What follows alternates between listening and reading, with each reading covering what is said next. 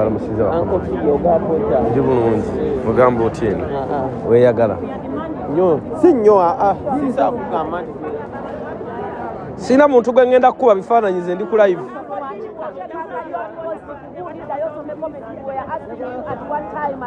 ate nga posti ekuliko egundi kuliko time sina kifaananyi ndi ku live kati nalabyo bipositinze naye wanseseza mbulya z'amaziyite omuntu wange omulabye lauda muwala wange fe bitulire lauda kabamu kakoze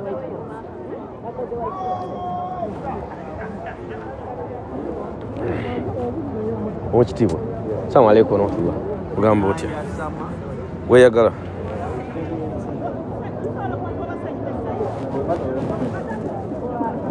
Profesa Magondogondo atenga muka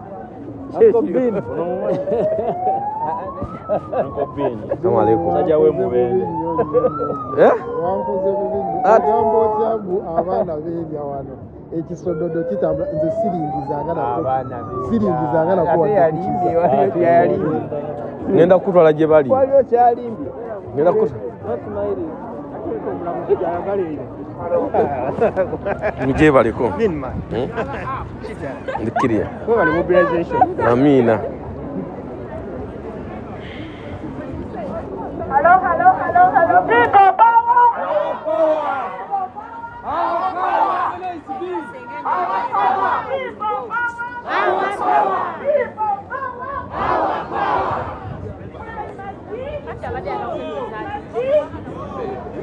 Jambo sana.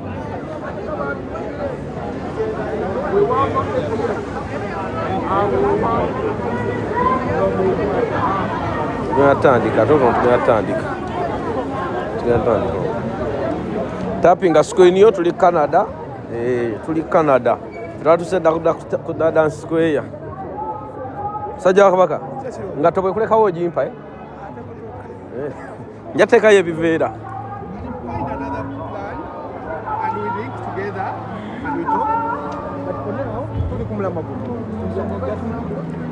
tapping a screen tuli Canada 7 must go. This is pretty interesting. Hello brother, how are you? How are you, sir? I'm good, man. You're good, man? I'm trying to get some videos for my Instagram channel, my YouTube channel. Yeah. What brought you here today? Today is right now the Ugandan community is trying to demonstrating from Africa, from Uganda, the people from Uganda. Problem is dictator. The dictator Museveni is over power like 40 years in power. 40 years. Right now, is getting the bad election. Election is not good. The people suffer. Right now, people's internet is off. Switch just off. Like Iran. Yeah.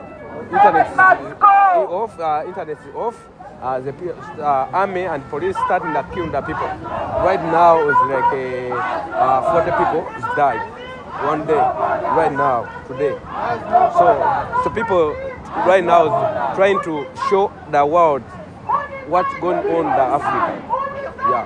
Thank you so much, brother. What's your name? Uncle Bin Fahad. Where are you from originally? Uganda? Uganda. God bless you, brother. Stay safe and stay warm. Thanks. Yeah. Mutapinge school.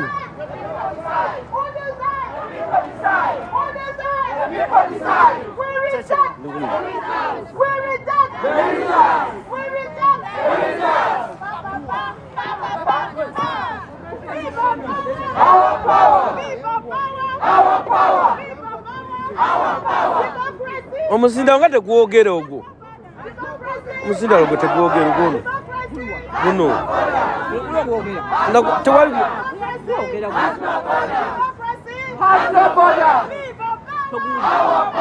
ogwo tegwogera.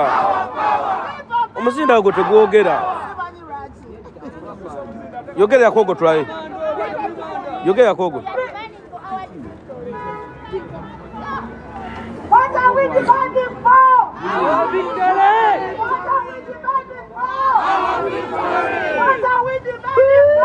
Our victory! What are we demanding for? Our victory! What do we demand? Yamba ku omuzina guno gwogere gukandike bulungi. Kati gutereze.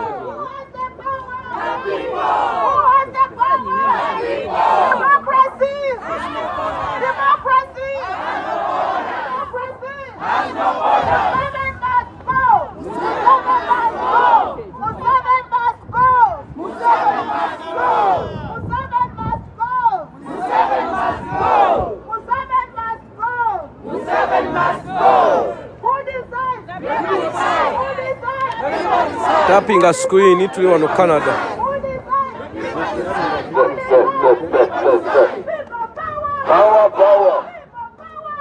Kati muwogo.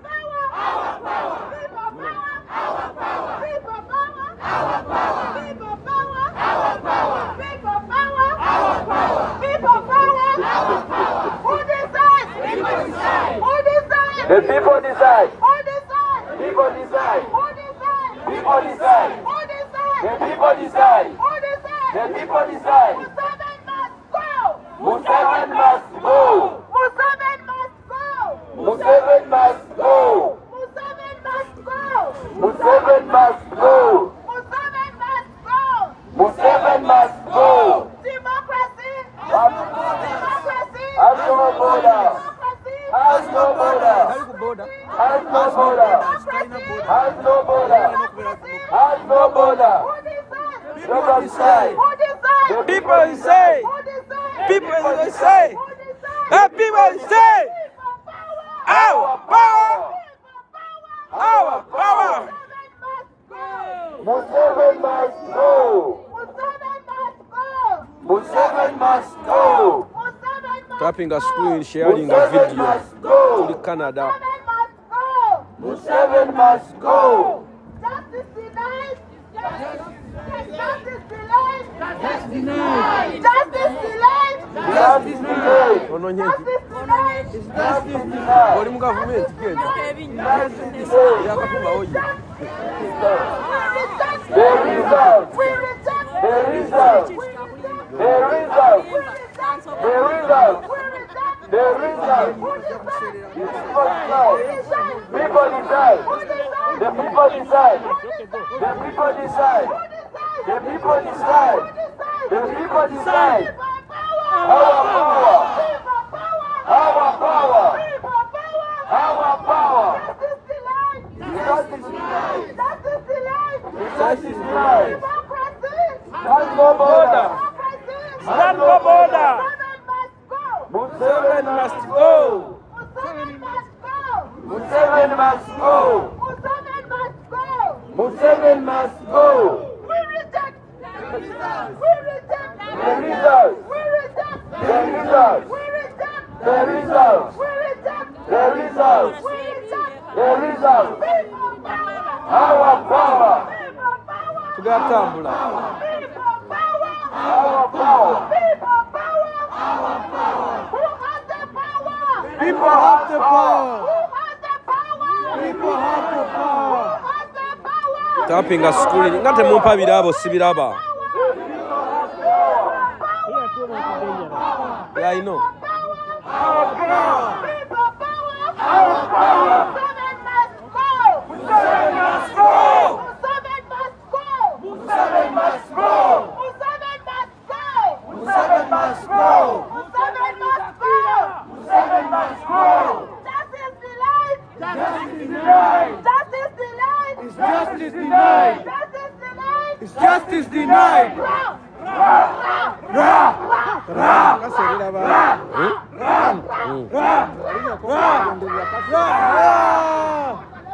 Andi nina winter tire. Nina winter tire nze. Kujiraba. Chogera mukulu kawoya. 7 agenda atuvire. Andi ku live. Ndi ku live. Wadde na kyagala. Just nachenja wa kugamba.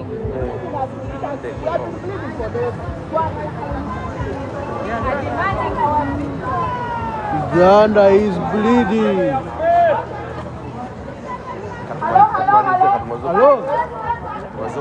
But we are going to walk along standards up to university. When we go down, we go to the US consulate. Then we will end and take us nowhere.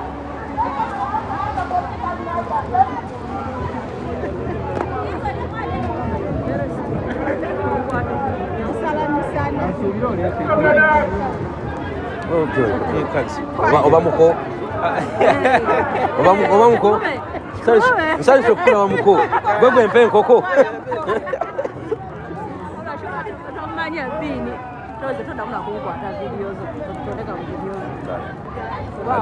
Kale mama abaana. Oyagala mmeka? Genda mu Dolalama.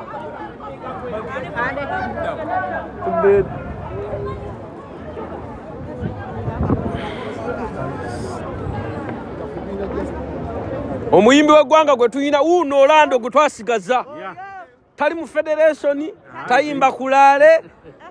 Nze wendi ndi ku mazima ndi. Uno kale musajja naye lwaki tobulirira kuba legend banno. Bonna bajja kukkiriza bajja kulaba omusana balirokoka.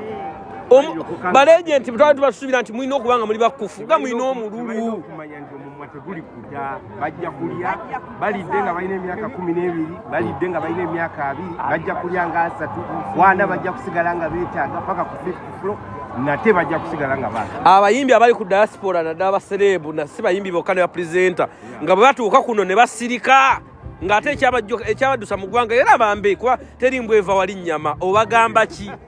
Abo balina okulokoka batunule bamanye nti abantu amaanyi gali mu bantu kuba teri ngeri gyosobola kuyimirira n'otandika okusoma eggwanga balyawuzaamu ne constituency ozitematemamu abantu basobole okumanya nti nze nkiikirira wano noono akiikirira wano kati osobola kutandika kulangirira bulangirizi justify nga tugambye nti wano bavuddewo n'obugoba bwe buti wano bawangudde bwe buti noono bawangudde bwe buti. Amina taata. Amazima tuli Canada bannaye. Tapping a screen, sharing a video.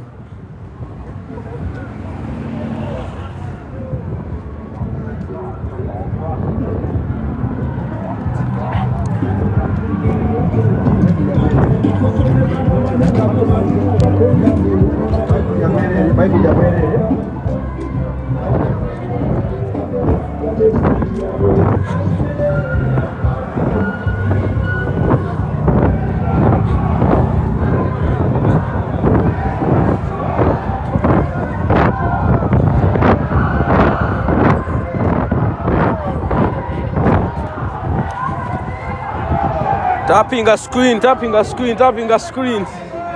Jambo sa. Uli Canada tapping a screen yo. O sharing a video.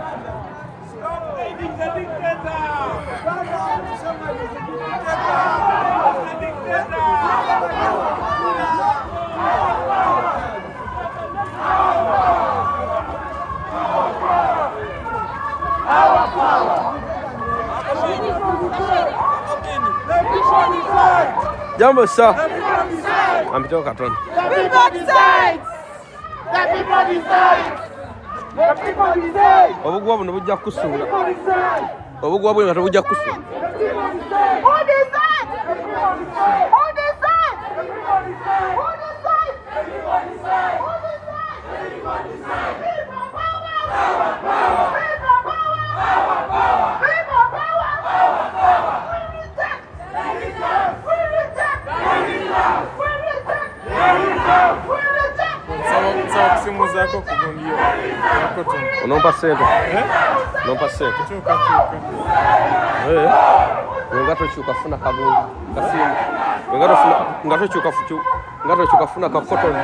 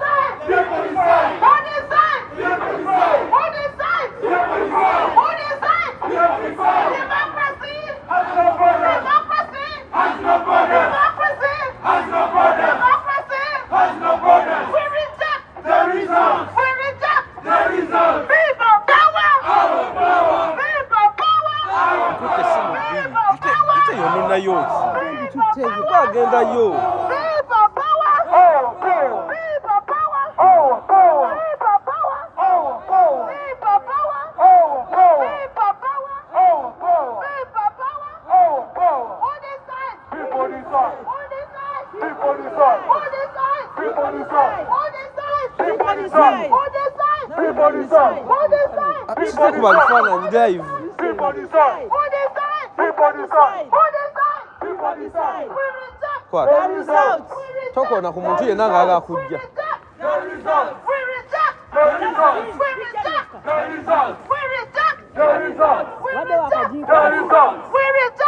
Ani yakusitingira bino.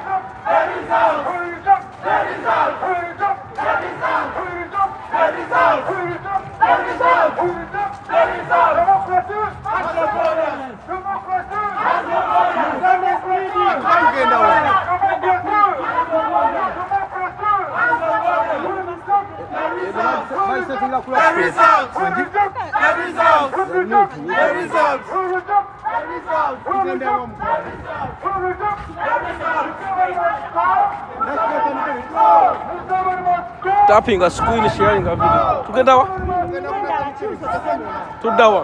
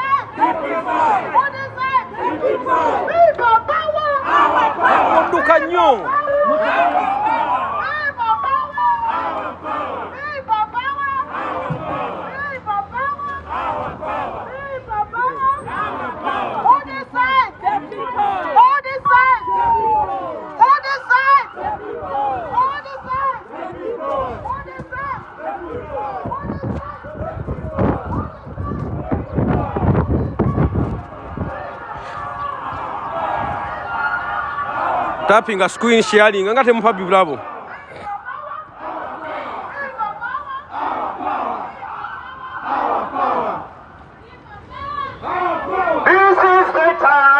time, the time. This is the time. Musaga must go.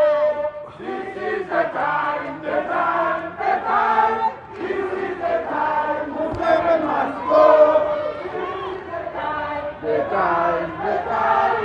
This is the time. Musaga must go. The time, the time, the time. This is the time. Musaga must go. This is the time. The time, the time.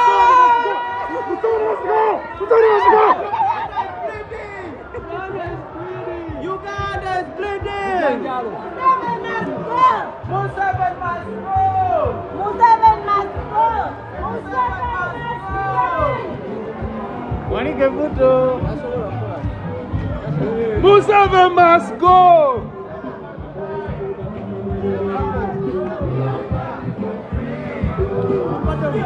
Just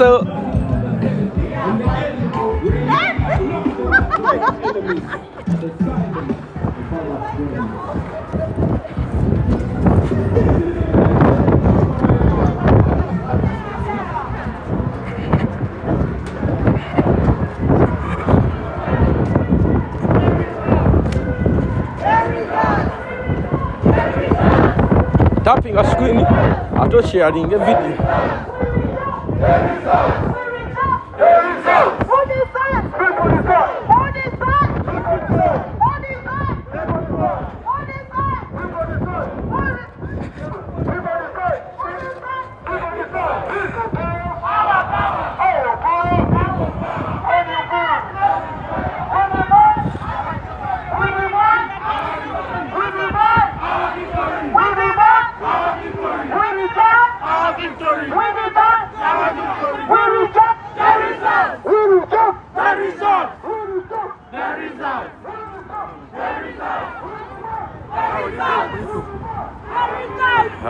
Facebook. TikTok.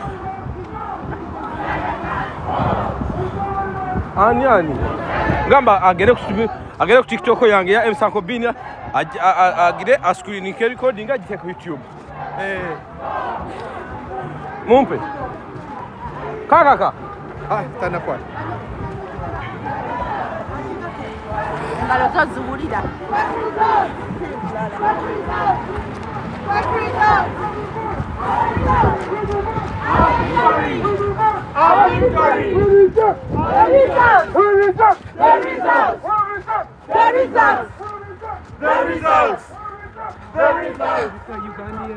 Ugandan protest. There's a dictator that's running the country and he's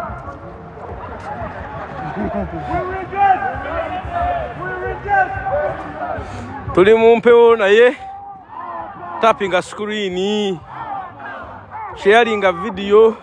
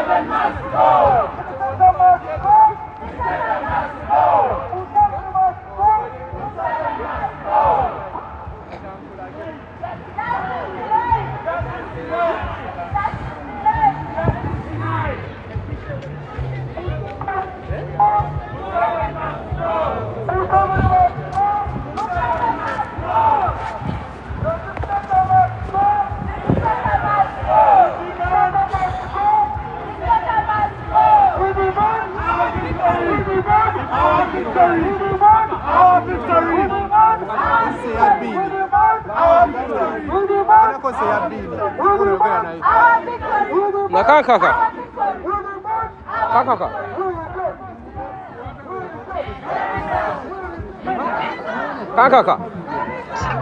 Genda ku TikTok yange ya MC Uncle Bini oscreening recording jobotekayo. Genda ku TikTok yange ndi live oscreening recording, okole screen recording. Kati genda ku TikTok omuweze TikTok. Genda ku TikTok yangawo. Wano tuli ku embassy ya America. Tulida wano. Embassy ya America madam giseko yiwe. Wow. Genda ku TikTok. TikTok. Tonya TikTok account. Funo ye nyine agere kwa msako bi.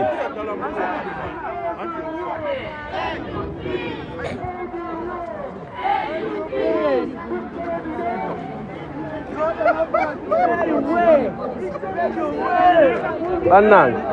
Kisitu. Tonya TikTok ogundi app musimyo.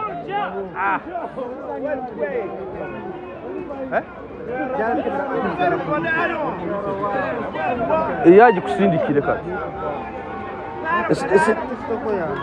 Sindikira hai ku WhatsApp. Situ. Sindikira hai ku WhatsApp. Wane WhatsApp to yina.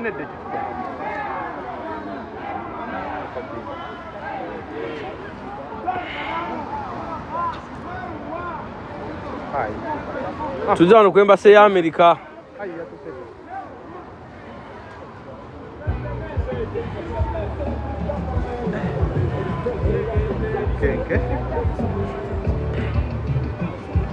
Toina Facebook account.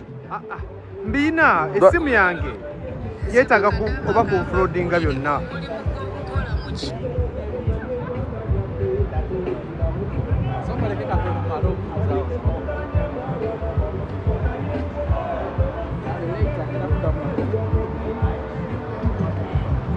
Tapping a screen tuli wano. Mazima.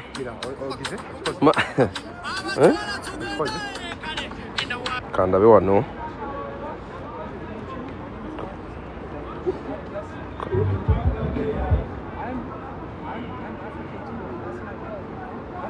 C'est encore bien.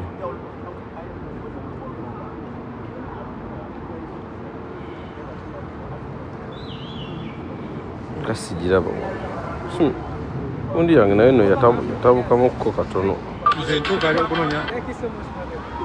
Nonya omuntu yenna omulala wanegete ganyo okujja.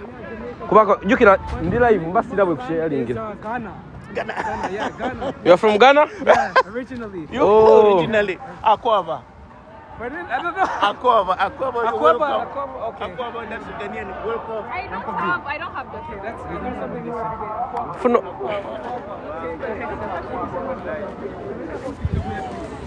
Yes.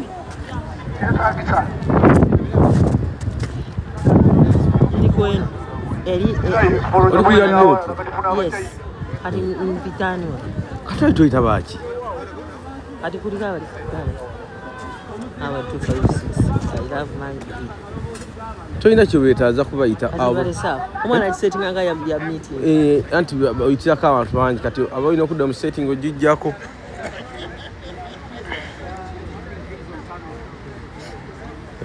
Soko tezisinya. Setting. Setting wa tiki kudaputo. Yada bida kudaputo. Anti watu wali tukoze pa. Setting na kola ono yali kuno. Ono yajiriko kola. Kati ebe investing abantu bangi.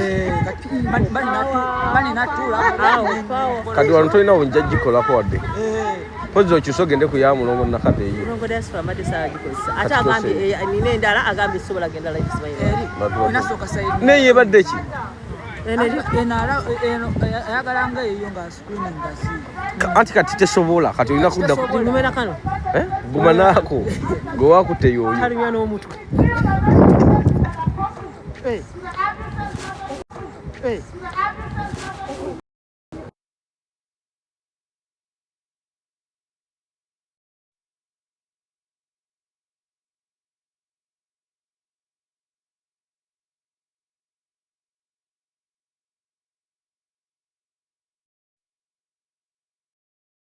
As a election count in Uganda, the National Unity Platform Diaspora Team is dismayed by the conduct of the Election Commission of Uganda and its chairperson, Justice Simon Byabakama, during the tallying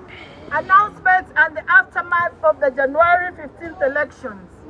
What has unfolded before the eyes of Ugandans and the international community is not an election. It is the final stage of a carefully choreographed process designed to manufacture legitimacy through force, opacity, and violence. What the country is witnessing is a state-managed release of election figures, deliberately stripped of verifiable detail. Results are being announced without disclosing their polling stations, without publishing the corresponding declaration of result forms, and without clarifying which polling centers are being tabulated at any given time. The opacity is not accidental. It is strategic. It is intended to evade scrutiny and deny Ugandans the right to independently verify the outcome of their own election. If the ruling NRM government indeed performed as strongly as the Electoral Commission claims, fundamental questions demand answers.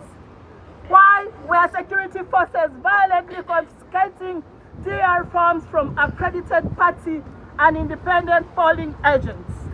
Why was the Electoral Commission announcing results for NRM candidates in constituencies where DR forms have not been publicly produced, reconciled, or verified? Why are NUP leaders, particularly the Vice President coordinating election efforts in Western and Northern Uganda, being arrested and detained at the height of the tallying process? These actions are fundamentally incompatible with a free, fair, and credible election. They reveal not confidence in victory, but fear of transparency.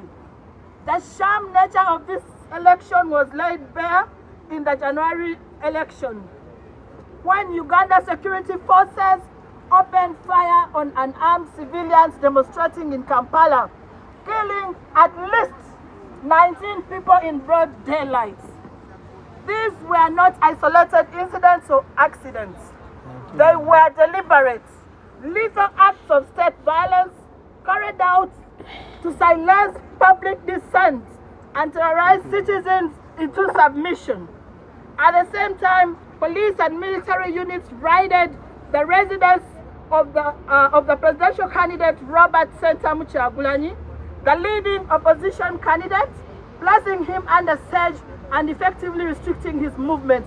If not for him escaping rubber-dubber style last night, we wouldn't know what would be of his life. This action, executed without transparency or due process, confirms that the regime views political opposition not as a democratic competitor, but as an enemy to be neutralized. The sequence of events, fraudulent tallying, arrest of opposition leaders, and the nationwide internet shutdown, live ammunition used against civilians, and the militarization of political space marks the decisive descent into authoritarian rule. The shutdown of internet and communication platforms was not a security measure. It was a premeditated instrument of electoral manipulation. By plunging Uganda into an information blackout, the regime created conditions under which results could be altered, selectively announced and amplified through state-aligned media without real-time verification, public oversight, or independent challenge. The blackout enabled the Electoral Commission to announce results without DR forms, silence citizen reporting, disrupt independent tallying, and prevent victims of violence from documenting abuses. The intent was clear: control the narrative while suppressing the truth. It is now evident that the Electoral Commission already announced General Museveni as the winner, based on prefabricated figures designed to project an insurmountable lead. This outcome has been engineered long before the election through intimidation, censorship, administrative capture of institutions, and brute force. Yet in attempting to conceal the fraud, the regime has instead exposed itself. The world is now witnessing in real time the true character of a 40-year dictatorship, sustained not by consent, but by coercion, violence, and deception. The Ugandan diaspora will not remain silent. The National Unity Platform Diaspora, together with democratic allies, are organizing demonstrations just like this one. And these are our key demands. The killing of civilians by the state forces must stop. All political prisoners and enforced disappearance must stop, and prisoners should be released immediately. The civic and democratic space must be opened up. Electoral fraud and institutional complicity must be talked about, and accountability should be given to the people of Uganda and the world. We further petition international stakeholders, and in this case, the United States of America, you being the biggest funder of the dictatorship for the last 40 years, both financially and by military equipment, we are demanding that you hold the dictatorship accountable. We call for you to condemn all the killings and the post-election violence. We call for independent international investigations into electoral fraud and human rights violations. Targeted sanctions against individuals responsible for ordering and executing violence. Suspension of security assistance and electoral support to institutions implicated in abuse. History teaches us that democracy is never preserved by silence.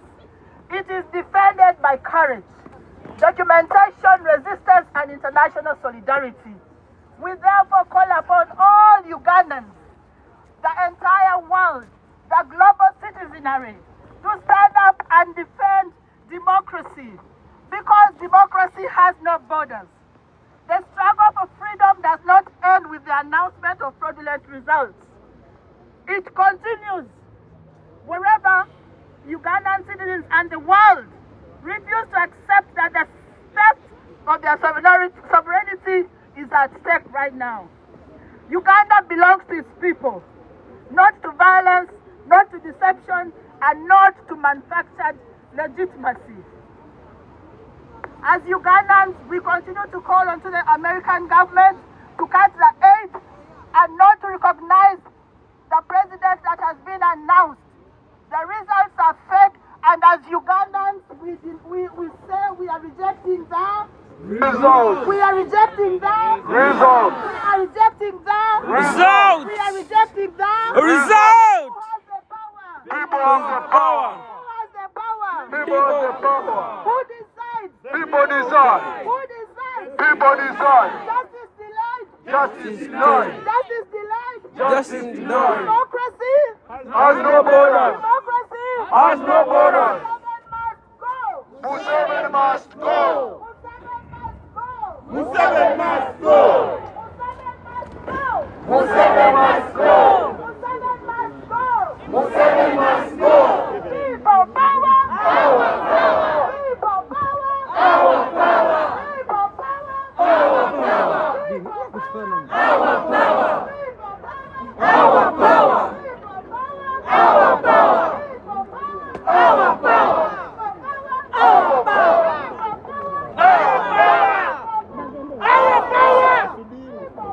Our power! Museveni must die.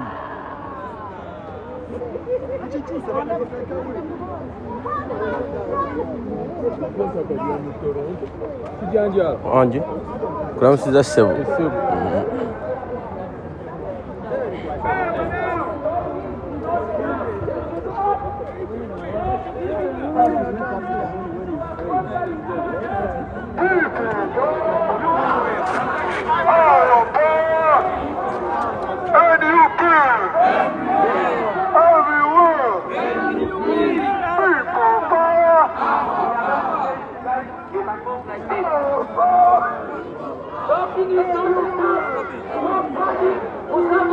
Ndivyo ndisema, gambo chasema. Mbera wakozi, mbera wa. Ndivyo ndisema. Zasingo kwagala.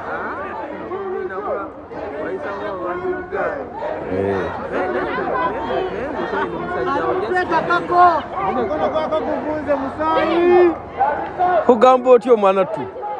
Ndi bulungi.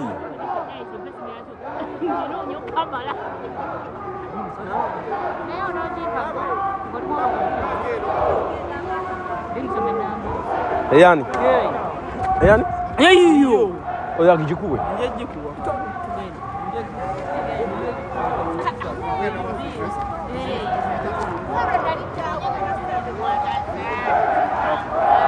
Professor.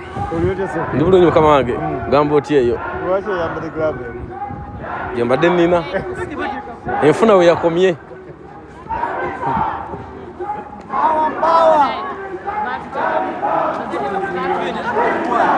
Yeah?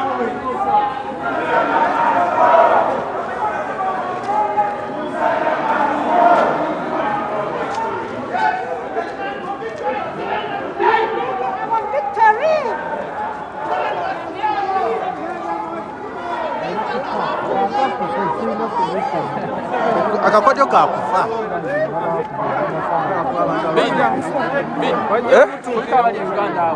Bagaye bave ku simu bagende ku street tebatumanyira. Kale. Kwatia ko video. Wote. Buli ali okugambe. Bin. Kankone mwana. Bin.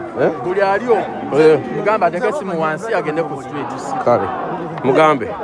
Buli ali kuno vaako ng'oli Uganda genda ku street banji obuwanguzi bwe twafunye ku simu tolina kyokolako. Museveni tagenda kutogenda mujirako ku simu. Kale bawuliti. Tuli kubiti.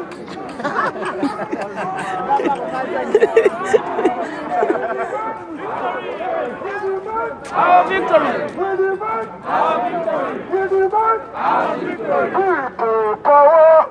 Katono. Katono nyo sikulinya obuvunza.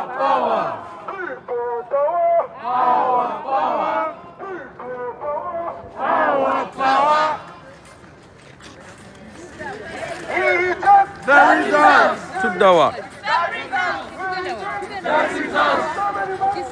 Kati abatwala yani.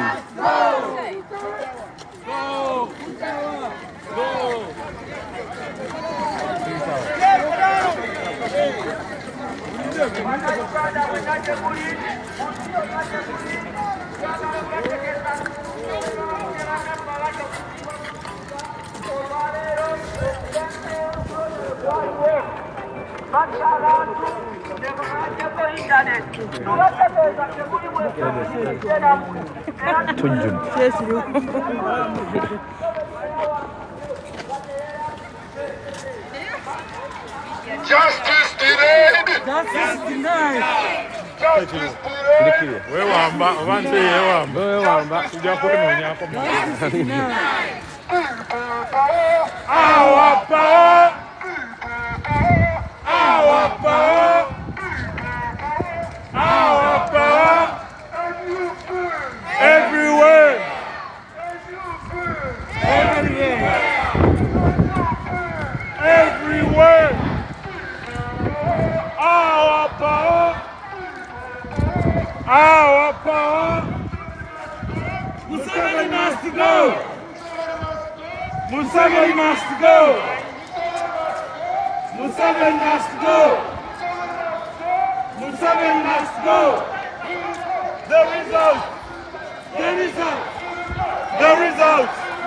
The result! Our victory! Our victory! Our victory! Our victory!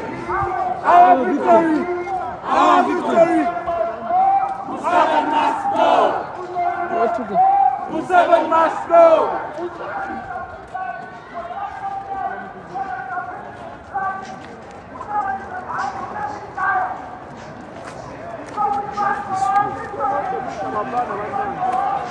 Omuzindala asirise nagwo. Yali babeka. Lengera gye bali. Our power! People power! Our power! Our power! People power! Everywhere!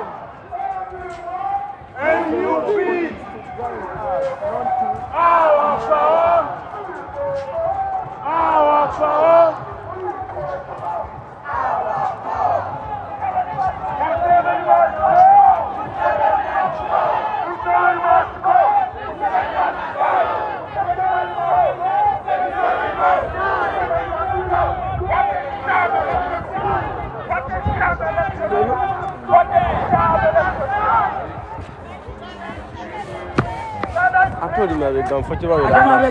Nkwata wonna. Omu Canada ye.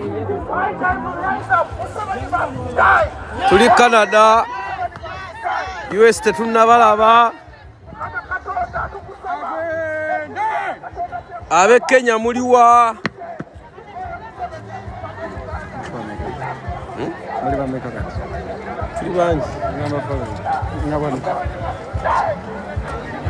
Utapinga screen sharing a video.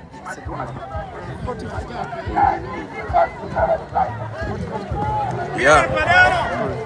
Piero, what? Wajja mu kivulu kyange gwa yasama. 1% wamma.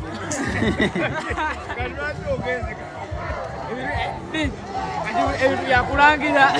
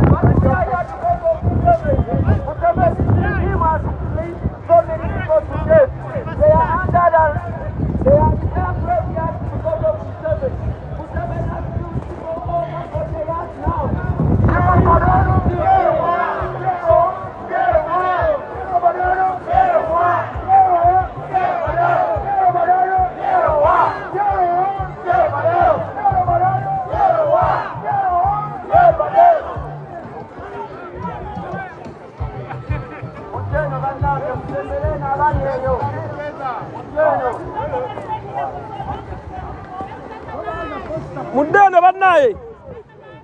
Ba tudeno.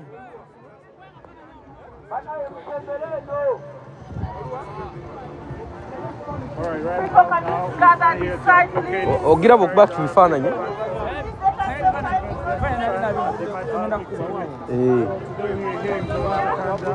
Enge efaananyi bulala ate.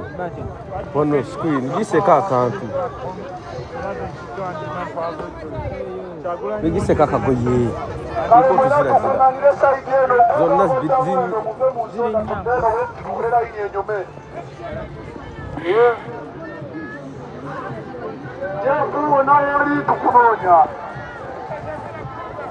tapping a screen tubalabe muve mu nyumba.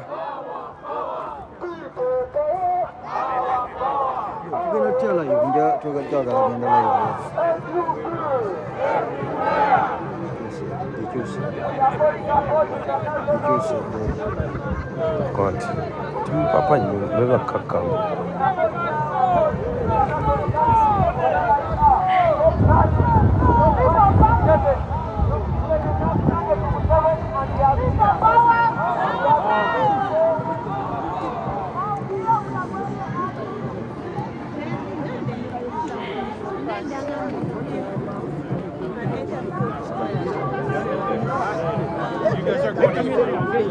Yes, now, Okuba.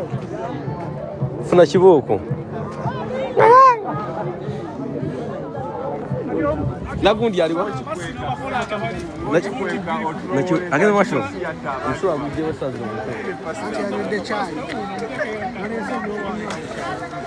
Omusumba naye yasitukidemu. Dwanji? Nze ngambe nsige egende kuba ensigo yevaamu egundi.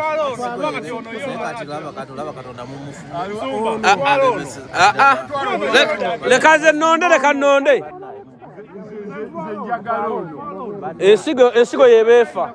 Gonzo omulimu gwa Katonda bawaddeko. Mukama tutwalire omusaayi ogwo. Katonda bwawa omusaayi wanju. Musumba, Katonda bwagaba omukisa aguwe enju nti ennyumba ya Dawudi. Kati Dawudi yakiikirira ki? Dawudi yafa enjuba ebulwa omukisa.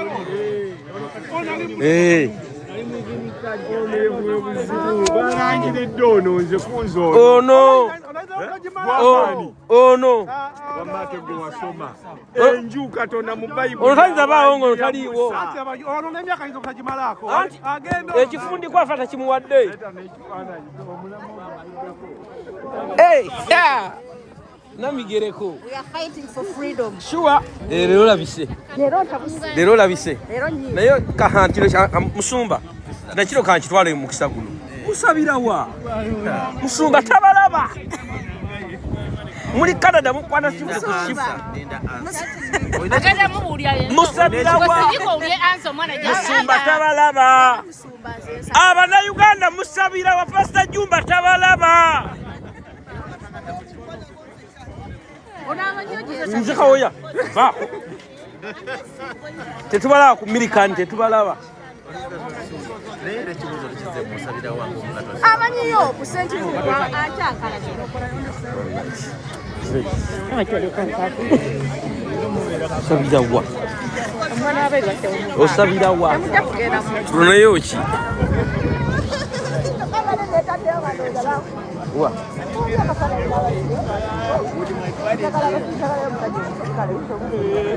Kuna Museveni.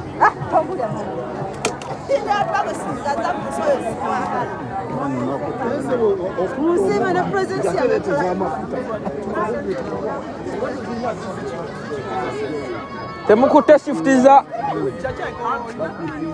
kojja nkubanja eka sente zange tewajja ku kigulu kyange bwewajja mu kigulu kyange oleka amala nyiro kakulinga agebifu Dishi yango jirese. oleka okujjamu olubuto Yango jirese.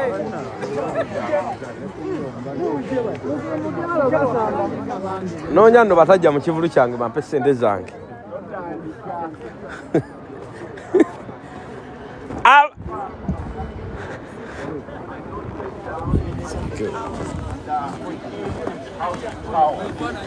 To give it to the actual people who will take Uganda ahead. That's my message.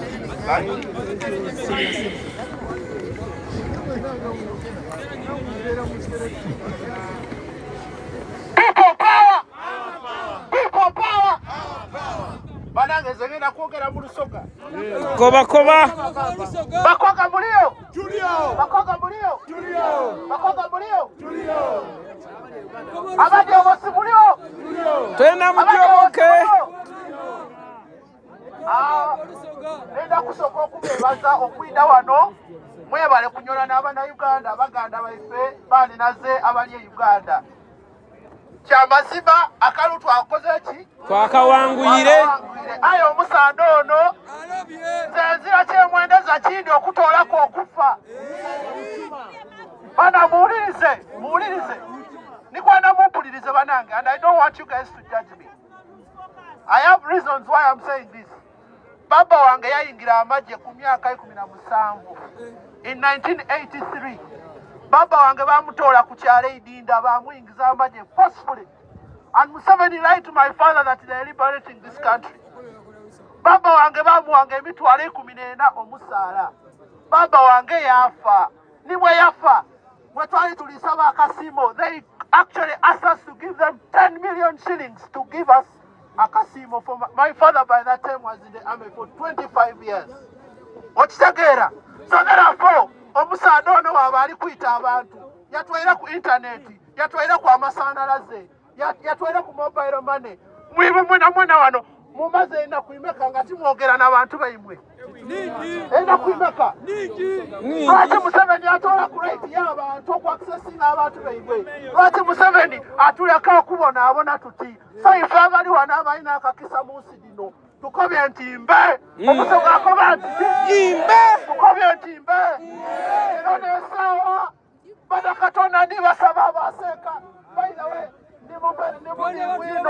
nimuni bwino n'abakulembeze aba religious leaders bajja bawagira Museveni. Ba religious leaders abali wano nikubasaba musabe esaala ndale. Museveni alina okufa. Nze kyokka kye ndikumwendeza. Museveni alina okufa.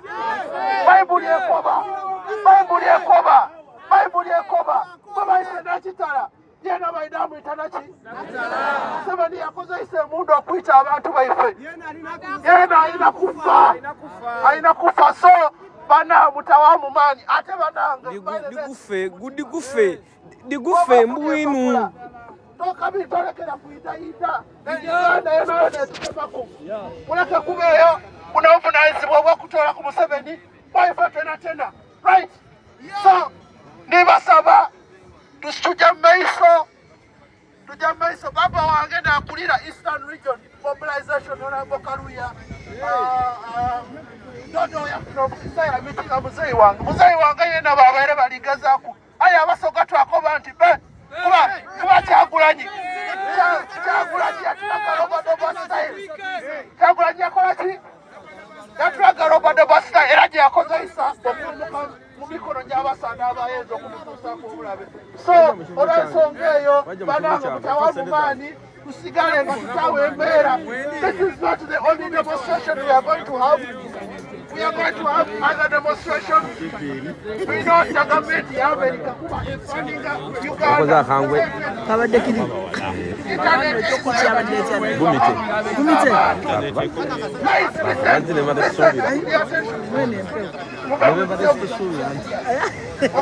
Watch out.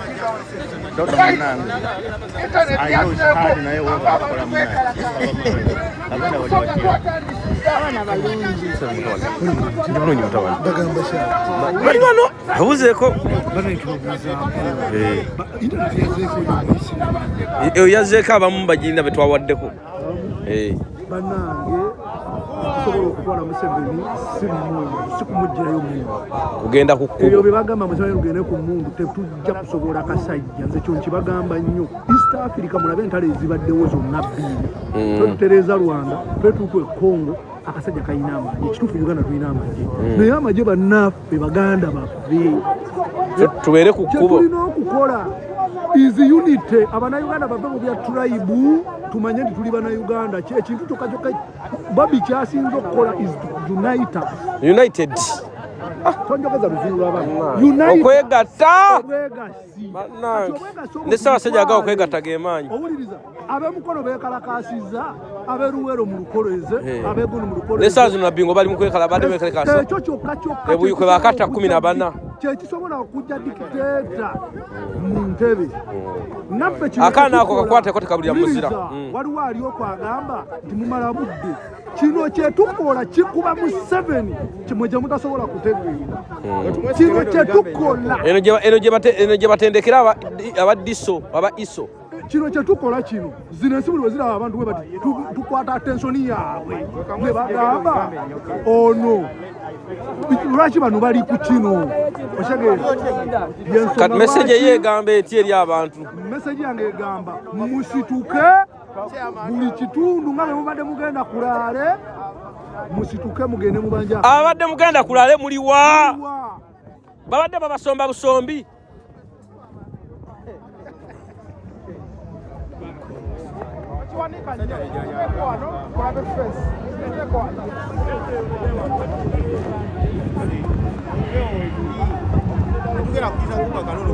tetugenda va mu mpewo nze nsazewo nfirizinge ngenda firizinga oba siddamu kuzaala omugole amajayo gwe leta ekitabo bakwatira wano nkijeko amabugona g'omutisi fino service teyagamba ekitegeeza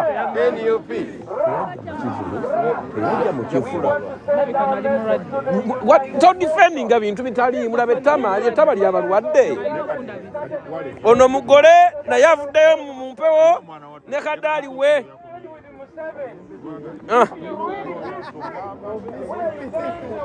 Loverboy gamba y'abayimbi ba Uganda akagambo babalimba simanya copyright teri byonna basomese corporate goli kubulaya corporate ye baginona batyo tebaginona nga basoka kuwa busiimu eteeka balina ddiisa bulungi naye banga likolera buli omu oba wagira gavumenti oba togiwagira nga ebikuyamba banaye tukoye fuga bbiri nze sijjangako bintu bino naye nkoye ngaye kanestukire munzije kostukiremu bayimbi bebase afafe alina kyaga kukola kikole yetaafe yetukolerera kufa kati lwaki tusirika ngera asigadde nakati baliwo abafudde wone gwe tutondera kati okuza e Uganda essaawa zino yenna wagira mu 7 nkiddamu yenna wagira mu 7 alinga amazi atonda wange mutabani ondikiriya ye masidai mu 7 masidai mulokole bw'osazeewo bw'otyo Mukama naye yawa abaana ba Isirayiri obuwanguzi nakkiriza Abafirisuuti baffe Abafirisuuti baafa naye omanyi ekyaliwo Mukama yabagamba bagende mu lutalo bwe bagenda mu lutalo baamala kuyingira mu kiwonvu ennaku 40 nga beetegekedde olutalo kakati this is a war between abagwira abawamba Uganda ne Uganda olutalo teluliwo abannayuganda abawamba Uganda okuva e Rwanda kale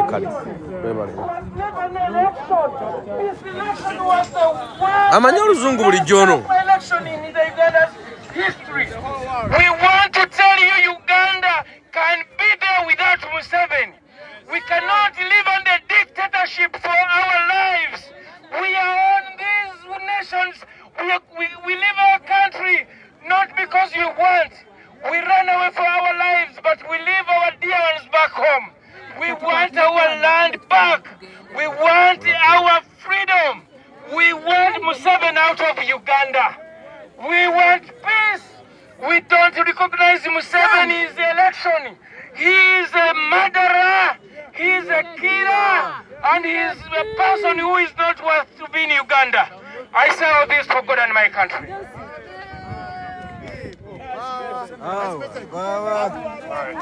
People power, our power, NUP, everywhere, NUP. All right, first and foremost, Nsoma jjumba gyatusabire wamugambye bakomredi mulindako katono and going out there to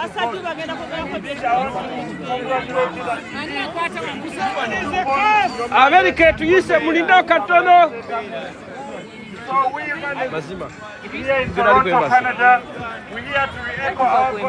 tugenda kwembasa ate wadde otuse wadde bali wayo tugenda twala ekiwandiiko batuyise mazima oba owakanamu bwate batuyise essimu eno gitwale n'ekisumuzo ky'emmotoka emala ate ono bini muddaku njowada nange nterawo essente mpa olukumi eyatero netwaka mubagizizaako bamonitaringireko abantu My president and people power everywhere. Hello, global citizens. Our message is very simple. We don't expect a leader with logic to say, oh, you are sending congratulations messages to the dictator. Preach. We don't expect a leader to say, oh, congratulations so and so. This time we say, no. That's not our expectations. We are asking you to amplify our voices. Uganda is bleeding. Ate naffe gwe tunoonya abadde wali nati yatugatte tukola wano wabano 8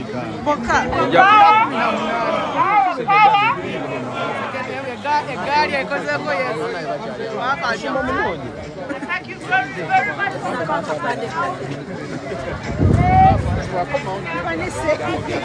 eyo bini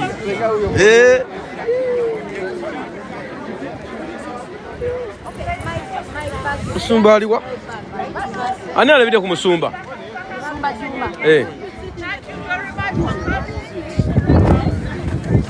aliwa musumba Jumba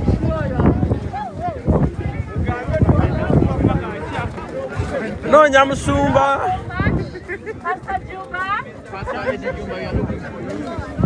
Pasa Jumba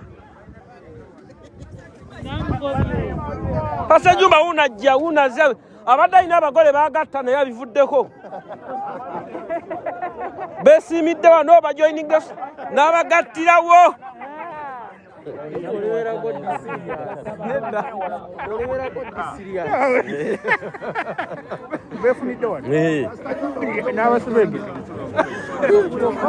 bujoyisi muno Uganda. Pastor Jumba ababuuza musabira nga tabalaba ku kyaki. We are concluding our time here with a prayer, but I need a very big choir. Buli ayazze wano asigale ng'oluyimba luno alujjukira. Sabanyo, sabanyo, owangule, amani gekizikiza, haleluya, okulwana olutalo, bamalayika bagya, Katonda ayamba abantu be. Sabanyo, sabanyo, owangule, gekizikiza, ekibi, haleluya, okulwana olutalo, bamalayika bagya, saba Katonda ayamba basaba. One more time. Sabanyo, sabanyo, owangule, amani gekizikiza, ekibi, okulwana olutalo, bamalayika bagya, saba Katonda ayamba basaba. Hallelujah. One of the main reasons I'm here today is to encourage all of us. I am very aware, just as you are aware, that many of us are responding to this in different ways. My encouragement, first of all, is not to lose hope, not to give up, but also to remain very solid. Many people are relying on us, they are relying on our stability, they are relying on our sanity. So in the midst of the trauma and the grief and the anger, all those things are real. I am here to appeal to all of us to remain very stable, mentally, physically, spiritually, because it is when we are stable that we are able to stand. So I encourage all of us today to make a resolve in your heart to remain strong. Kyandi kubakigamba nti tya ngabo abasobola totya basobola kujjako mubiri nga tebasobola kujjako mwoyo. So right now what has happened, yes, it takes our really does take our hope away. It takes our energy away, but it cannot take your spirit away. It can't take your soul away. So as long as we have breath in our lungs, I encourage all of us to remain strong, remain hopeful, and to encourage one another. But above all, we are going to pray for peace. Father, in Jesus' name we thank you, and tonight, this day, we stand in Psalm 46. Lord, you say in your word that you are a present help in time of trouble. We are very confident that even right now, in this time of trouble, you are present. Lord, I pray that that presence will be felt in all of us that are here, the Ugandan diaspora, and all the friends that are back home. We declare and we decree peace. We declare and we decree protection, that you will surround all of us with an edge of protection, that all the weapons that are formed against all your oppressed people will not see prosperity in this land of the living. And in that we remain steadfast and strong, because we know that at the end of the day, you are on the side of the oppressed. May your will be done in Jesus' name. Amen. Musumba ekelo sanda abantu bagambe tuli ku Mikani Church bajje tusabeku. Enchangenda kubera ku AIC 53 Bakersfield. Mubere okusawa 3 n'ekitundu tumaliriza ku sawa 6 kitundu. So this is a very serious matter. So for me, part of what I have the privilege of doing is to listen to people when they share things that they will not share on the microphone. So this is a serious matter when I say that people are dealing with this in very different ways. I beseech you. Beseech is the word Paul always used when he wanted to really emphasize the appeal he's making. I beseech you to resolve to be healthy physically, mentally in this time. And financially. Grieving. Aunt Joyce Salwa.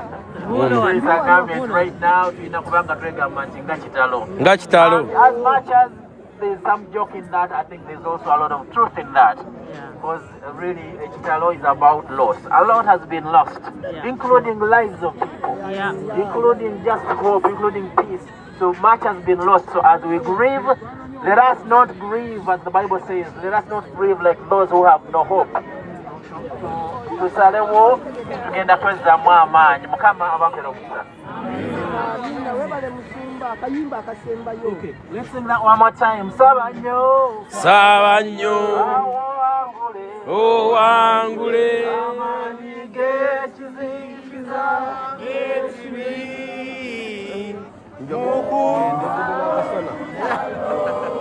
Malaika baka. Yamba basa. Sabanyo. Tona kola kino omuntu wange. Tona va kino. Gadinga. Tone. Tuli struggle. Amwana ali atya. Mchala ali atya weka.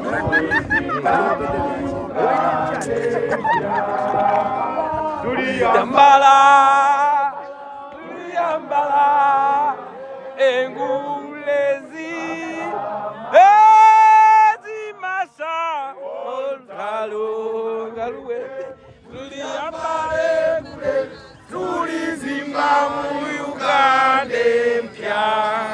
People power. Our power. Omuntu yenna ng'abadde muyimbi nga tali ku ludda lw'abantu temubatuleetera tetugenda kujja abantu abakolagana ne sitaani babakibi tetugenda kujja era ebbala n'etandise bw'otegeka omuyimbi ng'okimanyi nti tetali ku ludda lw'abantu ne bapolomota abatali baffe nga mulowooza nti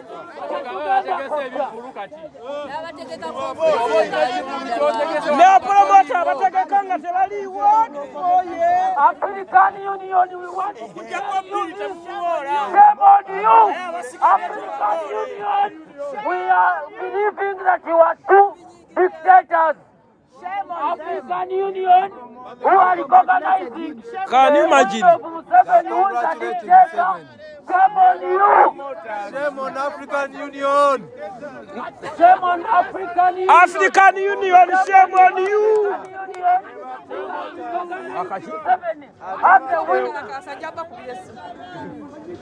For us, we are saying Museveni is a dictator because we are Ugandans and we know what he has been doing and what he did during the elections. And you, African Union, you are saying he has won. Stupid and shame on you. Mazima omwana omuleseewa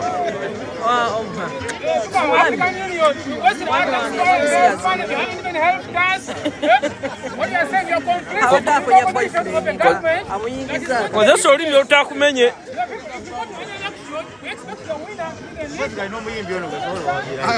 omuyimbi kati ekanala gwe tulina wuuno ne Uganda yonna promota bateeka ekivulo kyonna nga toliiko tetujja ate ne promota tali ku ludda lw'abantu baddemu ttegeka tetugenda tukkiriziganyiza